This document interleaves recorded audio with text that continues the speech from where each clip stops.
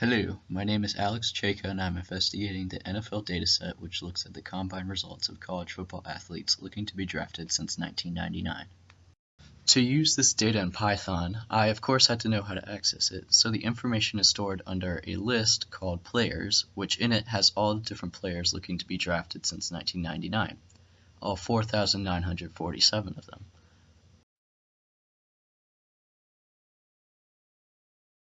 Unfortunately, I can't just access the information that easily because players is a list of dictionaries, so I would need to open up the dictionaries to retrieve single pieces of information.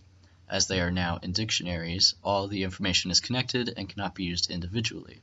It's almost like a subset for the subset of players that cannot be accessed without opening up the dictionary.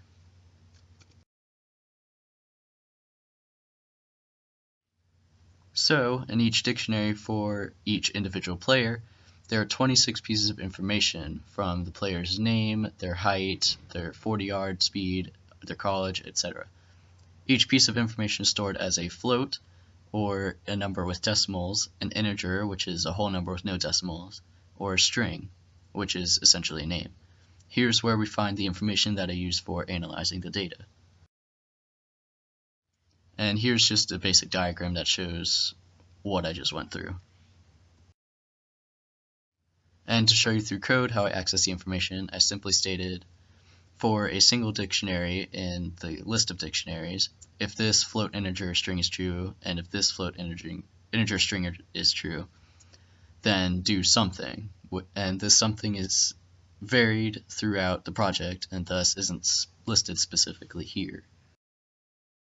And there are several questions I want to answer throughout the data set, and those are listed here, which I won't go through individually, but these questions would typically only be relevant to those wanting to go to the NFL or for the college programs looking to see how well they prepare their athletes for the NFL by looking at how many were drafted. And there were limitations in the dataset, one being that the data only goes as far back as 1999, but this helps me focus on more recent and generally more appropriate data for investigating future athletes and their prospect in the NFL. Also, the data only focuses on the player's physical attributes, but I know that there are more important factors that NFL scouts look for in selecting players, such as character, leadership, and overall mentality, off-field issues, and overall performance in a game. This does set limits on what we can do with the data in terms of figuring out why one person was drafted before another, but you have to make do with what you have and find statistics through what you are given, which is what I did. So let's look at the data. I first looked at the average 40-yard speed, height, and weight of quarterbacks, running backs, and wide receivers to determine if there's a general trend since 1999 of these specific traits of these specific positions. For 40-yard speed, there isn't much of a trend. Of the three, wide receivers were the fastest with an average of 4.49 seconds. But clearly the trend throughout the years was not close to 4.49 seconds, relatively speaking. Same with quarterbacks, whose average was 4.81 seconds, but there was no consistency throughout the years as well. Running backs have a better trend, as they average 4.53 seconds and were clearly faster than that early on, but are generally have been decreasing their speed since 2010.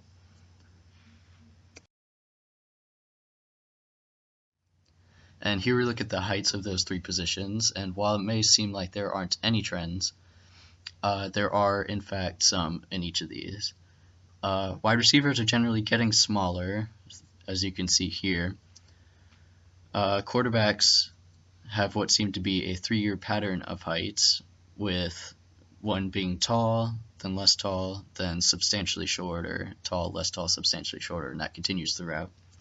But overall, running backs have the most consistent height throughout the years, ranging from 70 to 72 inches, which it's consistent data that cannot be ignored. So if you are running back and are in that height range, you would basically make a good NFL running back in terms of height.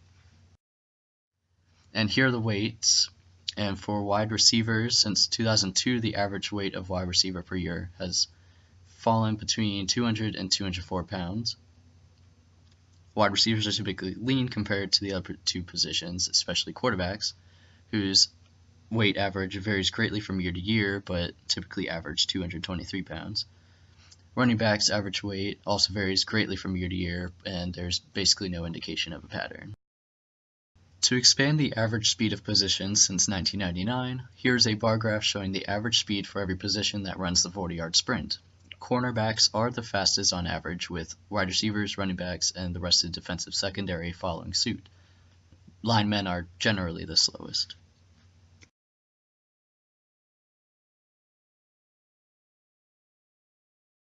And we switch gears to determine the top Power 5 conference that has the most players drafted. And although Miami and Michigan have the highest numbers of any school in the field, the SEC has the most consistent numbers throughout the conference compared to the others. The Big 12 has not done so well since 1999. And here's a line chart of the number of players drafted per year in all 5 power conferences. It clearly shows that the SEC has been more dominant in getting players to the NFL than any other conference.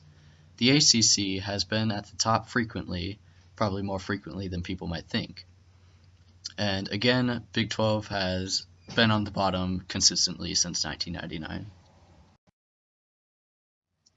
And in terms of specific positions and when they are drafted per round, cornerbacks and defensive ends are drafted heavily from the start, with cornerbacks typically falling throughout the draft.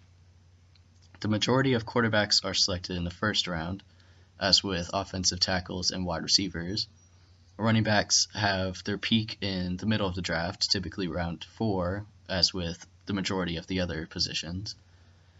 Fullbacks and centers are typically never drafted heavily, with neither being drafted in the first round ever since 1999, and neither having significant numbers drafted at all since 1999.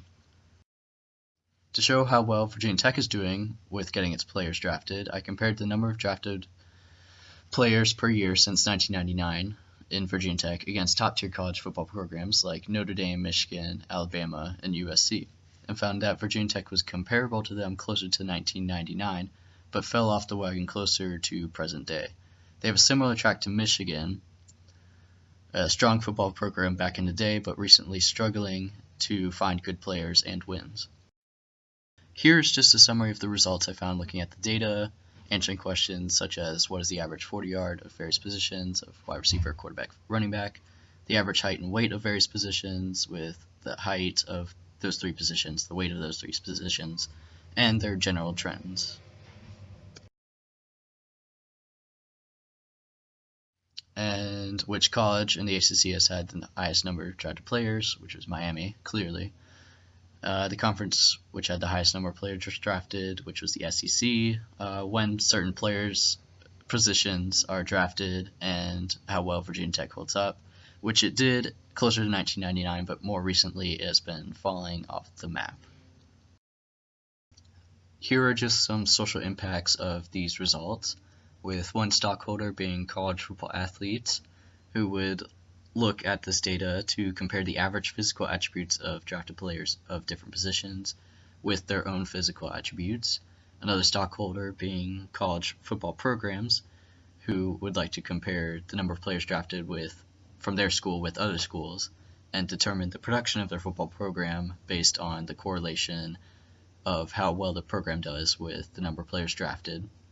And the last stockholder being NFL teams, who are looking for players with better physical attributes to better their team and would have concerns if production falls in combine results.